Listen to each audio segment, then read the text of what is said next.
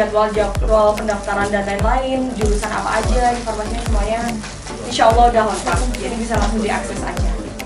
Tuh, atau yang pakai Android bisa download aplikasi. Kalau untuk mahasiswanya ini memang untuk umum, artinya tamu-tamu kalau misalkan mau datang ke sini nanti pasti dikasih majalah ini. Tapi ada juga platform yang lain, koran. Jadi koran selayaknya koran, teman-teman di Bali tuh ada apa tuh koran yang paling Sadar Bali. Oke.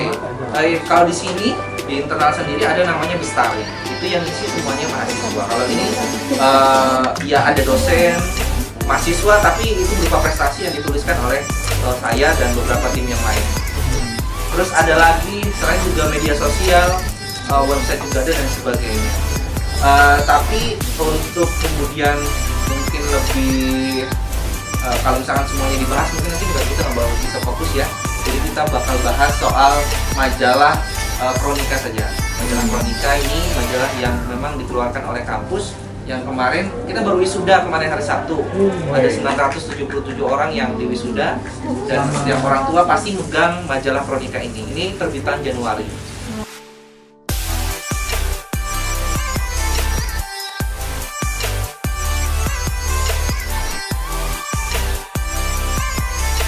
Kami divisi dari Fakultas Pertanian dan Peternakan. Yang pada khususnya saya itu sebagai yang pegang jamur, teknisi jamur bisa atau kulit jamur bisa atau mungkin apa ya, yang nanam jamur bisa. Kalau jamur tidak mempunyai klorofil dan kalau sayuran hijau dia itu mempunyai klorofil, sehingga jamur itu tidak perlu sinar matahari untuk melakukan proses asimilasi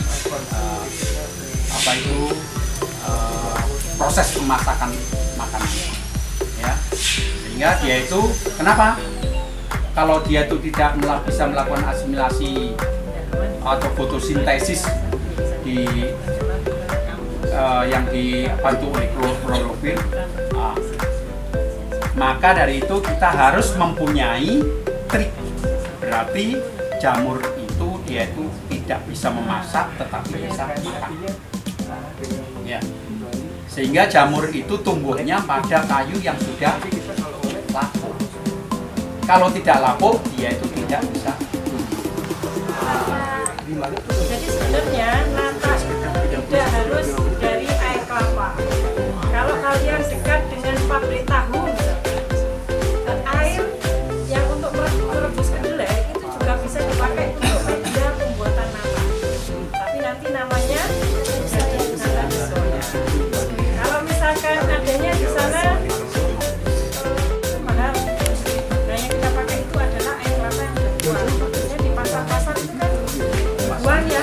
Nah itu yang kita tampung, kita ambil, baru kita olah. Nanti itu ada cara kerjanya. Kalau kalian mau foto nanti boleh. Jadi bahannya itu adalah air kelapa, gula, ZA sama cuka. Salah satu yang sini Ya. kan kena. Di situ ada, nanti di brosur ada. Salah satu tempat. Nah, bahannya tadi air kelapa 1 liter, gulanya 1 sendok makan, ZA-nya 0,3 gram, cukanya 1 sendok makan. Kalau air kelapanya masih baru, itu harus ada cuka. Karena bakteri asetobakter itu mintanya yang kecut atau yang asam. Nah, kalau air kelapanya masih baru itu ya harus ada cuka. Tapi kalau air kelapa sudah lebih dari 3 hari, nggak usah pakai cuka.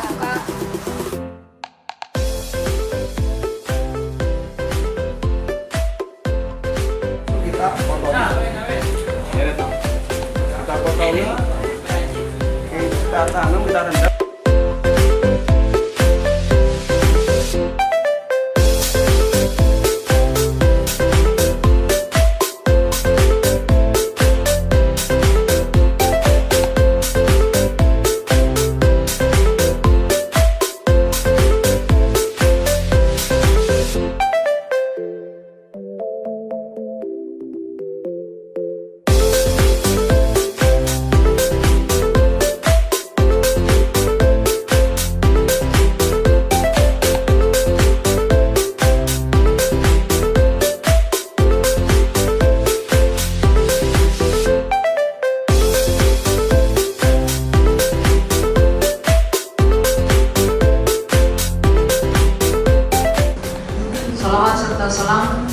semoga tercurahkan kepada manusia terbaik Rasulullah Sallallahu Alaihi Wasallam. Yang saya hormati Bapak Samsu, saya hormati Bapak Ibu guru, pendamping, dan anak-anak satu jumlahnya yang saya cintai dan saya banggakan. Alhamdulillah. Warahmatullahi wabarakatuh.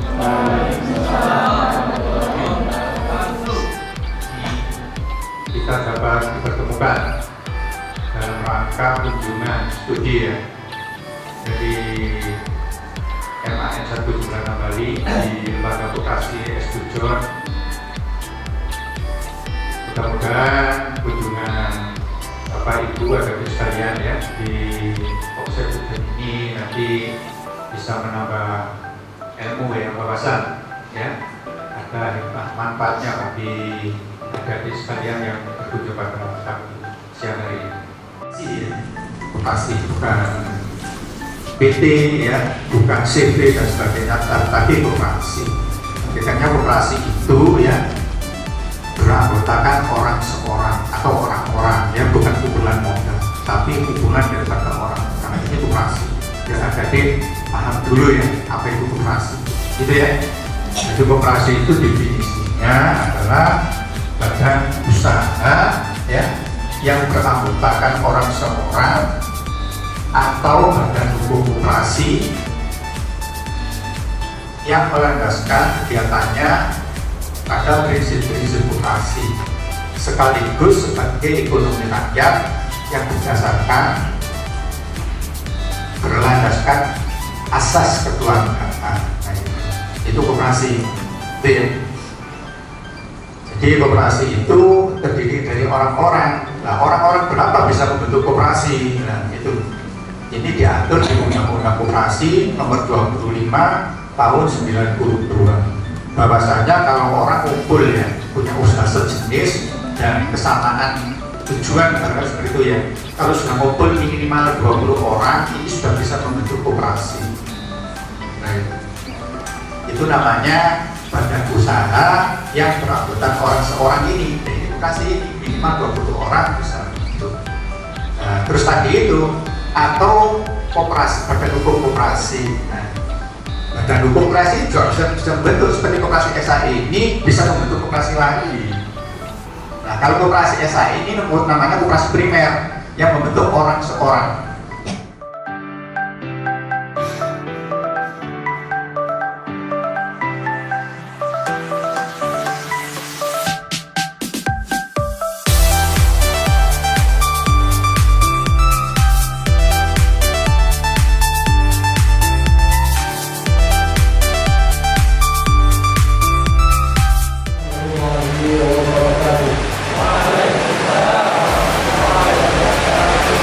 Bismillahirrahmanirrahim.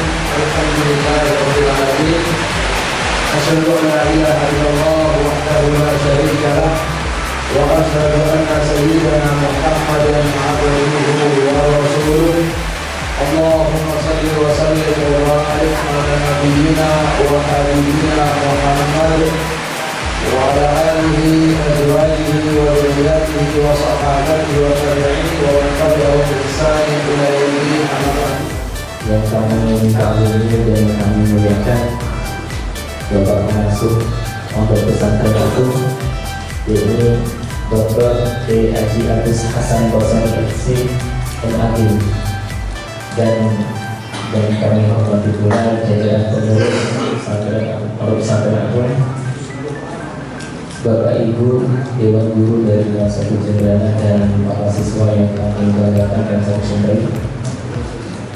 Pertama-tama marilah kita panjatkan puja dan puji syukur kita kepada Allah Subhanahu wa Ta'ala, di mana Allah telah memberikan rahmat serta hidayahnya sehingga kita dapat berkumpul bertatap muka di tempat yang kita ini untuk yang kedua kalinya, namun untuk kami pribadi untuk pertama kali Pak ini.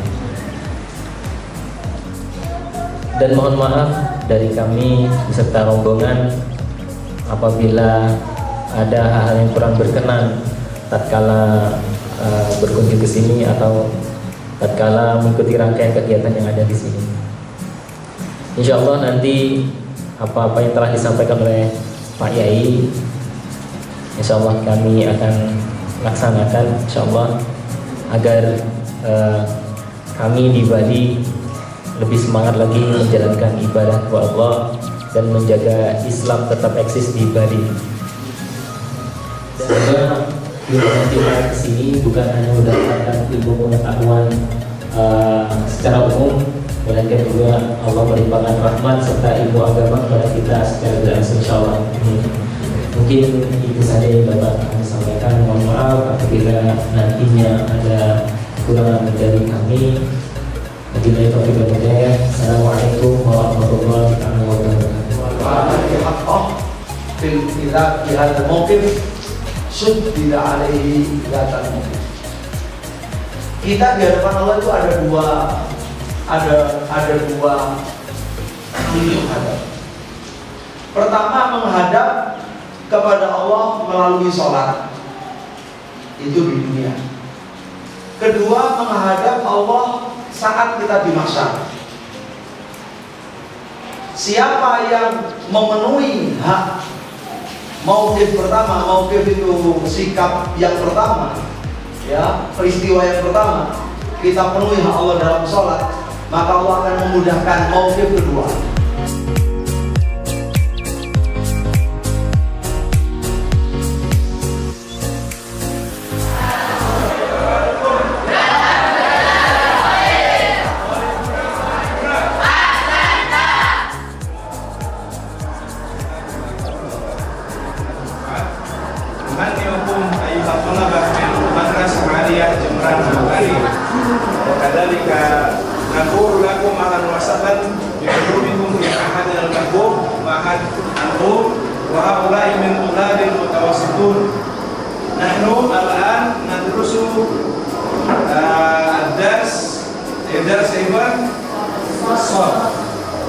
Ya, jadi dari itu semuanya mereka adalah tamu kita, kakak-kakak kita dari Madrasah Aliyah Negeri 1 Jembrana atau Jembrana, ya, Jembrana Bali.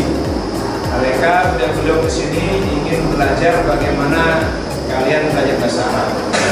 Nah, jadi teman-teman semuanya, tadi itu mereka sedang belajar yang namanya pelajaran sorok. Dalam bahasa Arab itu, sorok itu katakanlah tata bahasanya. Kalau dalam bahasa Inggris itu grammar. Nah, mereka memakai kitab namanya Al-Amthilah Tasrifiyah. Ini sudah masuk di pondok manapun, maupun pondok tradisional maupun pondok modern. Dan ini karya orang Indonesia yang mendunia yang dipakai. Kalau kakak-kakak semuanya ingin belajar bahasa Arab, ya rujukannya ini. Yang tadi dibaca itu namanya tasrif. Tasrif itu perubahan turunan kata. Ya, ada fa'ala, yakunu fa'ala. Mereka hafalkan begitu setiap hari. Ya, jadi silakan kalau mau tanya-tanya langsung saja ke Google ke adik-adiknya atau mungkin tanya jawab langsung praktek ya. Mungkin bisa disimak.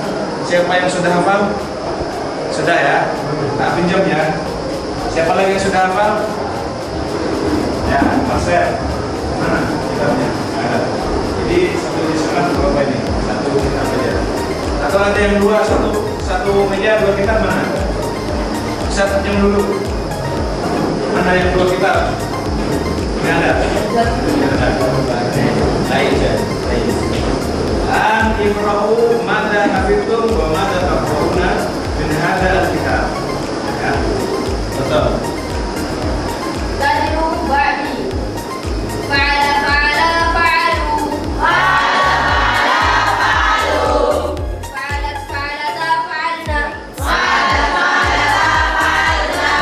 Fa'alna fa'alu ma fa'altum. Fa'alta fa'altu ma fa'altum. Fa'alti fa'alu ma fa'altunna.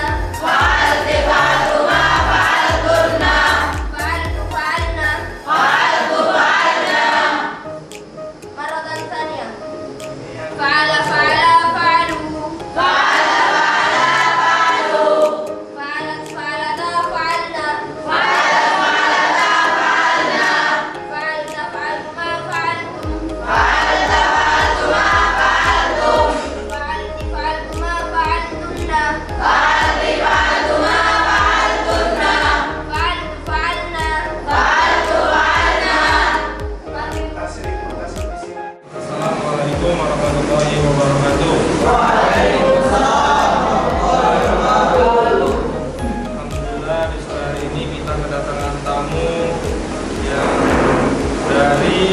Mansa. Bali. Dari Man 1 juga. dari Man 1 ya. Jadi alhamdulillah mereka ini kemarin untuk ingin mengetahui bagaimana metode pelajaran bahasa Arab di Pondok Pesantren Al-Huruf ini. Sebelumnya kita ini belajar seperti yang dahulu para sahabat juga mengajarkan bagaimana cara belajarnya. Pertama, kita dari dasar. Pertama kita belajar dari mufrodat. Kita seperti bahasa Inggris juga. Bahasa Inggris kan sama seperti itu juga. Jadi kita memperkenalkan produk bahasa Arab yang setiap harinya itu mungkin satu hari hanya tiga sedikit, tapi kita berusaha dan menekankan pada santri-santri harus menghafal ya setiap hari. Kemudian kita masuk di kelas itu waktu tidak di kelas ya, waktu di kelas pembelajarannya seperti bahasa Inggris, mungkin bahasa Inggris ada conversation, kalau di bahasa Arab itu ada nahwu sorof.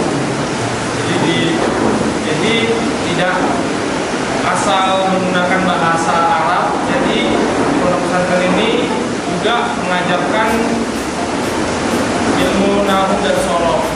Jika kita ingin bisa berbahasa Arab, kita harus mempelajari nahwu dan sorof. Jadi metodenya kita mempelajari nahwu dan sorof. Jadi agar kata-katanya tidak sembarangan.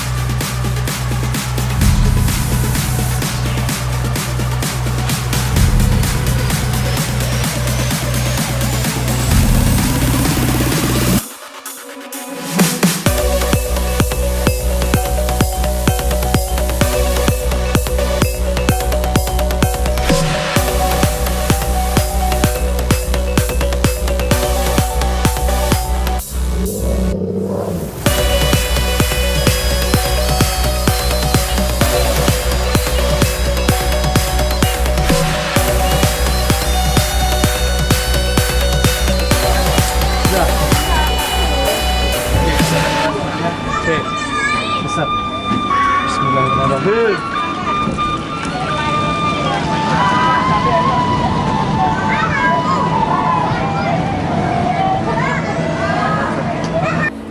hongke hongke rio, hongke jombe